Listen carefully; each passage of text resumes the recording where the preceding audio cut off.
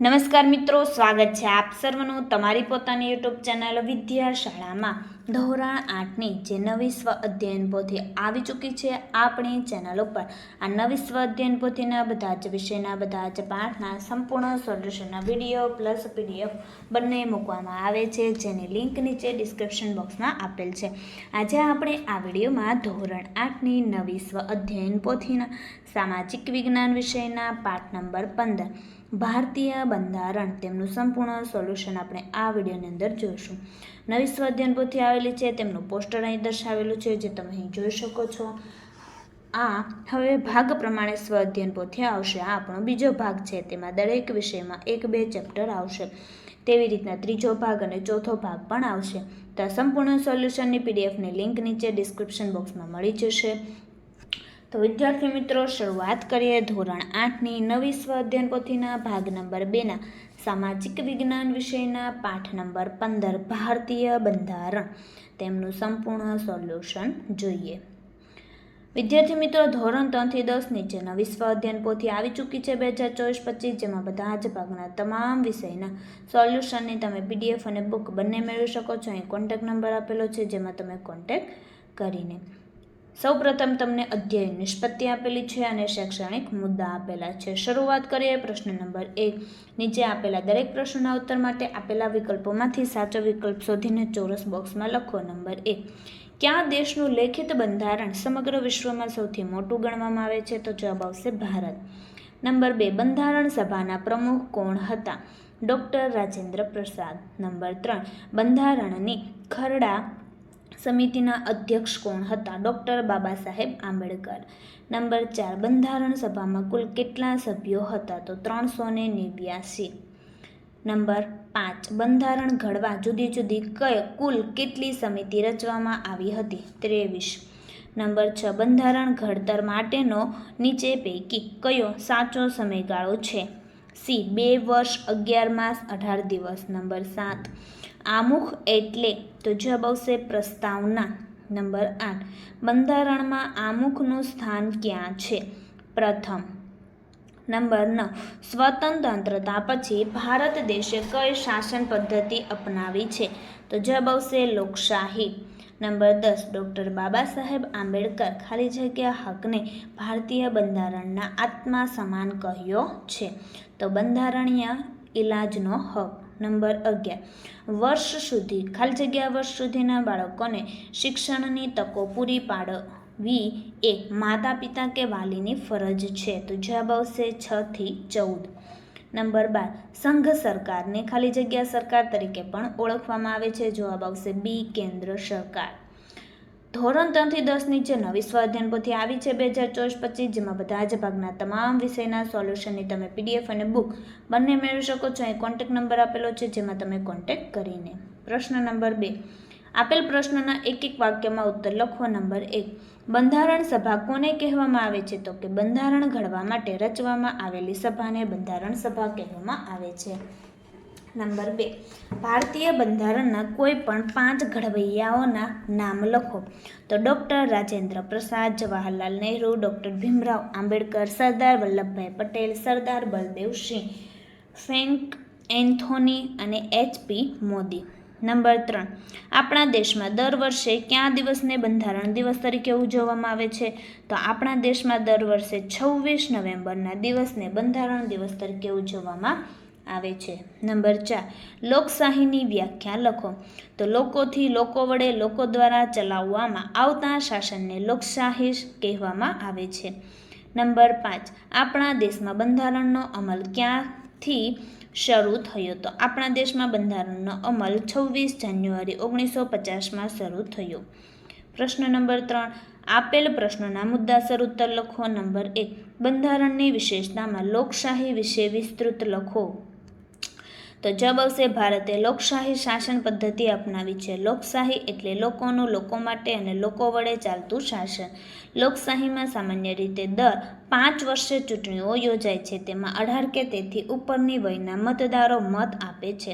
સ્વતંત્રતા એ લોકશાહીનું મહત્વનું લક્ષણ છે. દરેક નાગરિકને વિચાર, વાણી, અભિવ્યક્તિ અને ઈચ્છા અનુસાર ધર્મ પાળવાની સ્વતંત્રતાઓ મળી છે. નંબર 2, બિનસાંપ્રદાયિક દેશ એટલે શું? તો કે ભારત ધર્મની દ્રષ્ટિએ બિનસાંપ્રદાયિક રાષ્ટ્ર છે. બિનસાંપ્રદાયિક દેશ એટલે દેશનું શાસન તંત્ર કોઈ ધર્મ કે સંપ્રદાયની માન્યતાના આધારે ચાલતું ન હોય તેમજ ધર્મ કે સંપ્રદાયને આધારે નાગરિક વચ્ચે કોઈ પક્ષપાત કે ભેદભાવ રાખતું ન હોય. દેશમાં દરેકને પોતાનો ધર્મ પાળવાની માન્યતા ધરાવવાની સ્વતંત્રતા આપવામાં આવે છે. નંબર 3, ભારત એ સંઘ રાજ્ય છે, સમજાવો. ભારત એક સંઘ રાજ્ય છે. ભારત તેના એકમ ઘટક રાજ્યોનો સંઘ છે. ભારત દેશની વિશાળતાને કારણે એક સ્થળેથી વહીવટ ચલાવવો મુશ્કેલ છે. આથી આપણા બંધારણમાં સંઘીય શાસન વ્યવસ્થાની જોગવાઈ છે. સંઘીય શાસન વ્યવસ્થામાં 2 પ્રકારોની સરકારની રચના થાય છે. નંબર 1, સંઘ સરકાર અને નંબર 2, રાજ્ય સરકાર. સંઘ સરકારને કેન્દ્ર સરકાર તરીકે પણ ઓળખવામાં આવે છે. નંબર 4, સ્વતંત્રતાનો હક અને ધાર્મિક સ્વતંત્રતાના હક વિશે લખો. તો સ્વતંત્રતાના હક દ્વારા ભારતીય નાગરિકોને પોતાના વિચારો, વાણી અને વર્તન દ્વારા અભિવ્યક્ત કરવાની સ્વતંત્રતા આપવામાં આવી છે. આ હક લોકશાહીનો પ્રાણ છે. આ હક વિના લોકશાહીની કલ્પના થઈ શકે નહીં. ધાર્મિક સ્વતંત્રતા હક દ્વારા દરેક નાગરિકને નૈતિકતા અને સ્વાસ્થ્યની વિરુદ્ધ ન હોય એવો કોઈ પણ ધર્મ પાળવાની અને એના પ્રચાર પ્રસાર કરવાની સ્વતંત્રતા આપવામાં આવી છે. નંબર 5, સમાનતાનો હક અને શોષણ સામે વિરોધનો હક વિશે સમજાવો. તો કાયદાની દ્રષ્ટિએ બધા નાગરિકો સમાન છે. ધર્મ, જાતિ, લિંગ અને રંગને આધારે કોઈ સાથે પક્ષપાત કે ભેદભાવ કરવામાં ન આવે તેમજ બધા નાગરિકોને યોગ્યતા પ્રમાણે સમાન તક મળે. કોઈ પણ વ્યક્તિનું બીજી વ્યક્તિ દ્વારા કોઈ પણ પ્રકારે શોષણ ન થાય એવા શોષણ વિહીન સમાજની સ્થાપનાનો મુખ્ય ઉદ્દેશ બંધારણનો છે. પોતાનું શોષણ થતું અટકાવવા તેનો વિરોધ કરવા આ હક આપવામાં આવ્યો છે. નંબર 6, કોઈ પણ 5 ફરજો વિશે વિસ્તૃત લખો. બંધારણનું પાલન કરવાની અને રાષ્ટ્રને વફાદાર રહેવાની, રાષ્ટ્રના સમૃદ્ધ અને સમન્વિત સાંસ્કૃતિક વારસાનું જતન કરવાની, જાહેર મિલકતનું રક્ષણ કરવાની, હિંસાનો ત્યાગ કરવાની, વૈજ્ઞાનિક અભિગમ અપનાવવો તેમજ માનવવાદ અને સંશોધન વૃત્તિ વિકસાવવાની, જરૂર પડે ત્યારે દેશનું રક્ષણ કરવાની અને રાષ્ટ્રીય સેવા બજાવવા તૈયાર રહેવાની. પ્રશ્ન નંબર 4, આપેલ વિધાનોના કારણો જણાવો. નંબર 1, બંધારણ એ કોઈ પણ દેશનો મૂળભૂત દસ્તાવેજ છે. તો કોઈ પણ રાષ્ટ્રનું સંચાલન કે વહીવટ તે રાષ્ટ્રના બંધારણને ધ્યાનમાં રાખીને કરવામાં આવે છે. બંધારણને અનુસરીને જ સરકાર દેશનો વહીવટ ચલાવે છે. આથી બંધારણ એ કોઈ પણ દેશનો મૂળભૂત દસ્તાવેજ ગણાય છે. નંબર 2, ડૉક્ટર બાબા સાહેબને બંધારણના ઘડવૈયા કહેવામાં આવે છે. તો ડૉક્ટર બાબા સાહેબ આંબેડકર બંધારણના ખરડા સમિતિના અધ્યક્ષ હતા. બંધારણ નિર્માણની પ્રક્રિયામાં તેમના વિશેષ યોગદાનને કારણે તેઓને બંધારણના ઘડવૈયા તરીકે ઓળખવામાં આવે છે. નંબર 3, આમુખને બંધારણનો આત્મા કહે છે. તો આમુખ એટલે પ્રસ્તાવના. ભારતના બંધારણના પ્રારંભ આમુખથી થાય છે. આમુખમાં આપણા દેશના વહીવટના પાયારૂપ સિદ્ધાંતો અને ધ્યેયોનો ઉલ્લેખ કરવામાં આવ્યો છે. આમુખમાં સમગ્ર બંધારણનું હાર્દ રજૂ થયેલું છે. આથી આમુખને બંધારણનો આત્મા કહે છે. નંબર 4, પ્રજાની સત્તા એટલે પ્રજાસત્તાક રાષ્ટ્ર સમજાવો. તો ભારત પ્રજાસત્તાક લોકશાહી દેશ છે. ભારતમાં લોકોના હાથમાં સત્તા છે. લોકોએ ચૂંટેલા પ્રતિનિધિઓ જ દેશનો વહીવટ ચલાવે. પ્રજાસત્તાક લોકશાહી શાસન તંત્રમાં પંચાયતથી સંસદ સુધીના બધા જ હોદ્દાઓ ધર્મ, જાતિ કે સ્ત્રી પુરુષના ભેદભાવ વિના તમામ નાગરિકો માટે ખુલ્લા હોય છે.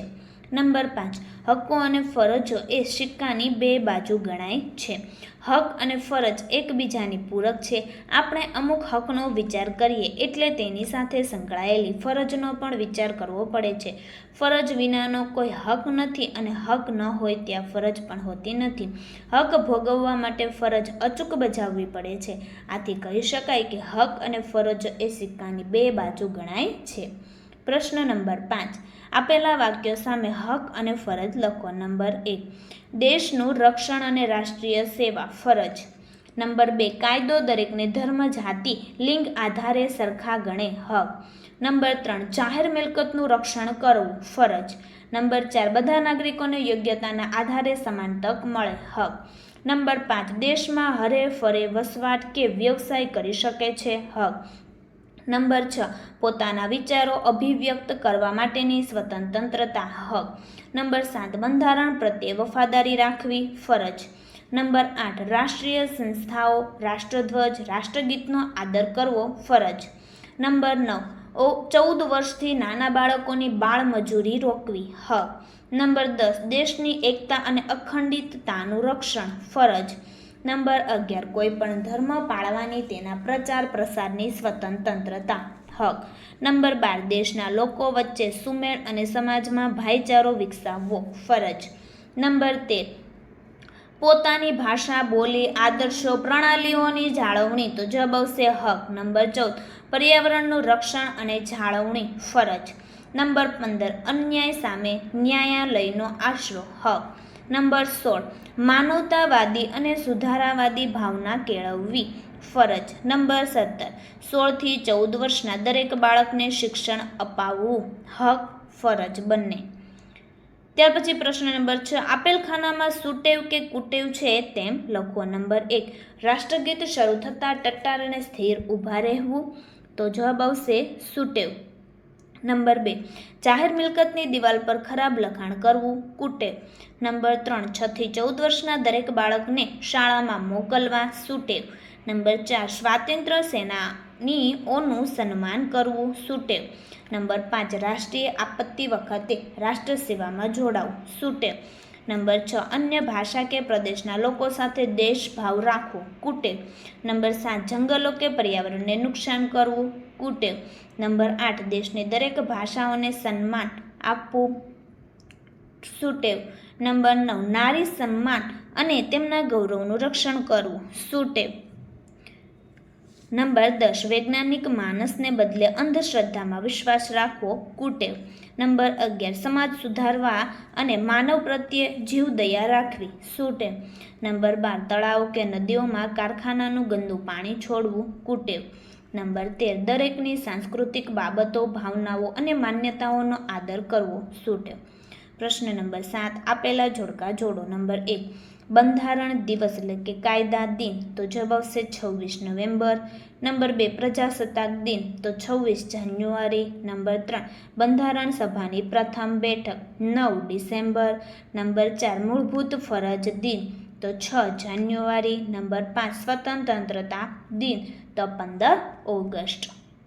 પ્રશ્ન નંબર 8, મને ઓળખો. નંબર 1, મને ભારતના બંધારણનો ઘડવૈયો કહે છે ડૉક્ટર આંબેડકર. નંબર 2, હું બંધારણ સભાનો પ્રમુખ અને ભારતનો પ્રથમ રાષ્ટ્રપતિ ડૉક્ટર રાજેન્દ્ર પ્રસાદ. નંબર 3, બંધારણની શરૂઆતમાં જ હું દેખાવ આમુખ.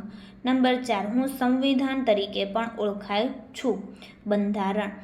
નીચેની ઘટનાઓનો યોગ્ય ક્રમ નંબર આપો. જોઈએ અહીં ઘટનાઓ છે. ભારત દેશ સ્વતંત્ર, તો નંબર 3. મહાત્મા ગાંધી નિર્વાણ 4. ભારતના બંધારણનો અમલ 6. સરદાર પટેલ નિર્વાણ 7. ભારતીય બંધારણ નિર્માણ કાર્ય શરૂ 1. પાકિસ્તાન દેશ સ્વતંત્ર 2. બંધારણ સભામાં બંધારણનો સ્વીકાર 5. ડૉક્ટર ભીમરાવ આંબેડકર નિર્વાણ 8.